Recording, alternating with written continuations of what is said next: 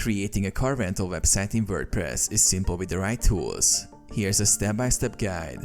Choose a domain and hosting. Start by selecting a domain name related to your car rental business. Choose a WordPress hosting provider, which usually includes a one-click WordPress installation. Install WordPress. Once your hosting is set up, install WordPress on your domain. Most hosting providers offer a one-click installation process. Choose a car rental theme. Go to the WordPress dashboard, navigate to Appearance, Themes, and search for a car rental theme.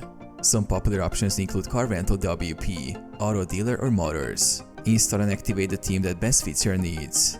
Install essential plugins. Install plugins like WP Forms, WooCommerce, and Yoast SEO. Customize your site. Use the WordPress customizer to set your site's logo, colors, and layout. Add pages like Home, About, Services, Contact, and Rental Cars. Add the booking form using WP Forms or a specialized booking plugin. Set up booking system.